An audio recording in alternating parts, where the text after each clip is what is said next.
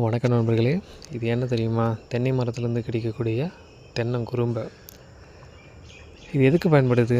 வயிற்றுப்புண்ணுக்கு நல்ல மருந்துங்க. காலையில் வெறும் வயிற்றில் சாப்பிட்ணும். எப்படி?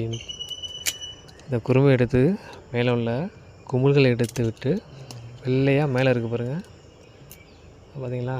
வெள்ளையாக இருக்குல்ல, அது அப்படியே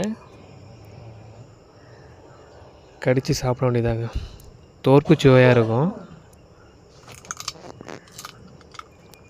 தொடர்ச்சியாக 2-3 நாளைக்கு காலைல வெறும் வயிற்றில் சாப்பிடுங்க.